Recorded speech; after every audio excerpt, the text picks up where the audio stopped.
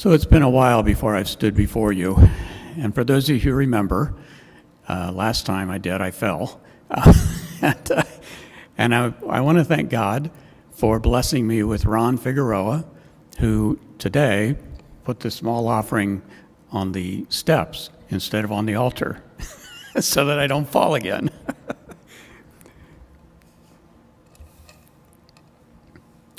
So last week's gospel verse, Matthew 18, verses 21 through 35, provides insight into God's kingdom and his expectation that we forgive each other. Jesus tells Peter to forgive someone who does wrong to him how many times? 7 times? 77 times. Not just 7 times, but 77 times. And he speaks of God's treatment of those who don't forgive each other with all your heart. Meaning you just can't say, I'm sorry. You have to mean it. You really have to mean it. In this week's gospel verse, we gain further insight from Jesus into what the kingdom of heaven would be like. In the parable of the vineyard workers, we learn how worldly order is cast aside in favor of a last is first and first is last order of the heavens. This is a very difficult passage for those who are grounded in earthly order, and many of us are grounded in earthly order. That's the world we live in. Perhaps too difficult for many of us who were born into privilege or who worked hard to get to a point of privilege in life. In this gospel verse, Jesus tells of a vineyard owner who goes into the local market to hire workers for his vineyard and does so repeatedly throughout the day.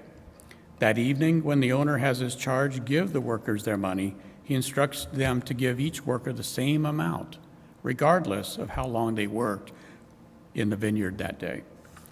The workers who worked all day and those who worked the most complain to the owner that they worked much longer and harder in the hot day sun, but they're paid the same as those who worked a much shorter duration. We often see this same issue in our lives today.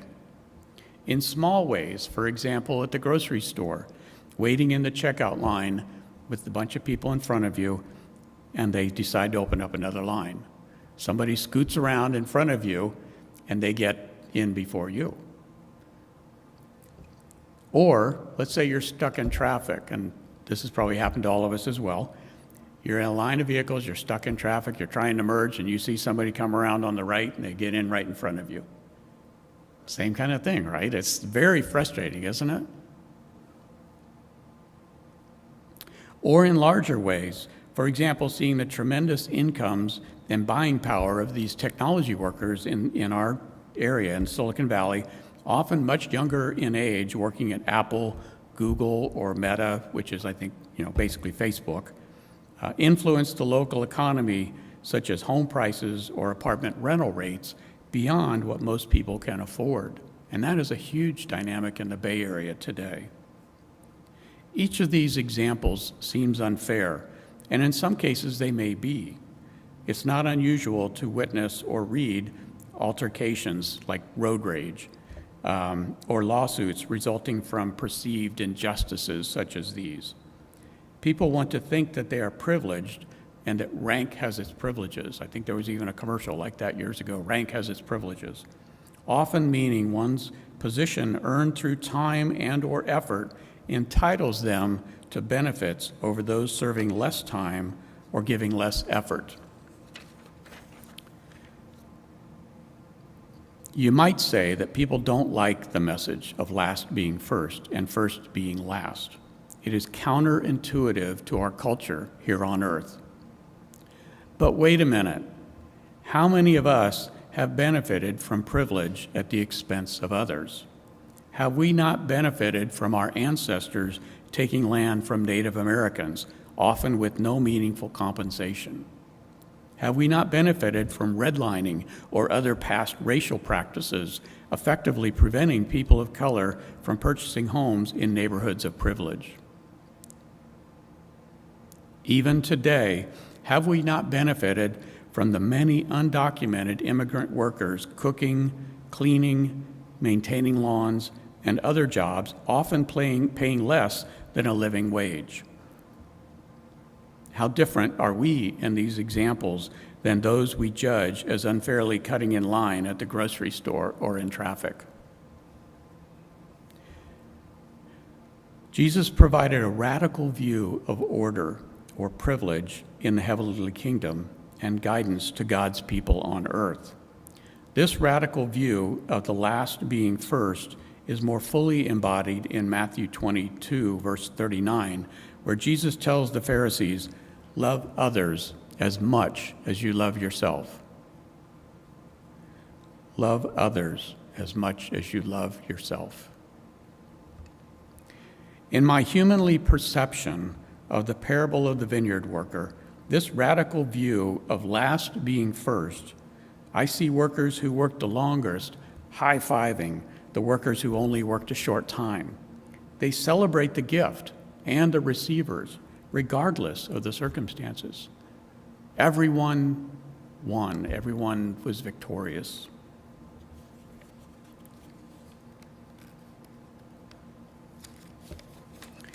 In a much larger context, the parable speaks of God's grace, which is neither earned nor are we able to pay for it. Jesus' message is that we should love and celebrate all who come to the Lord, regardless of when and how. Love and celebrate those who believe in him and have for years, and those that will find him today, and those that will find him next week.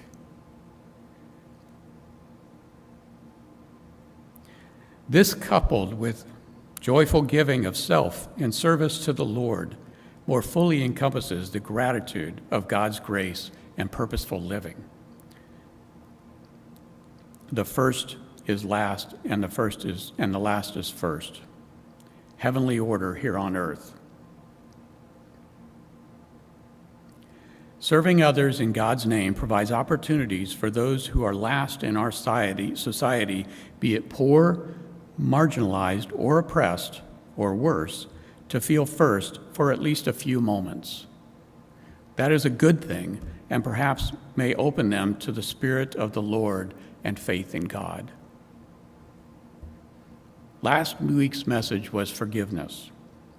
This week's message is to celebrate all who come to the table, regardless of when they come. May our gratitude of God's grace bestow a spirit of forgiveness in our hearts, and may our joyful works demonstrate love for one another and bring more people to a faith in God through Jesus the Christ.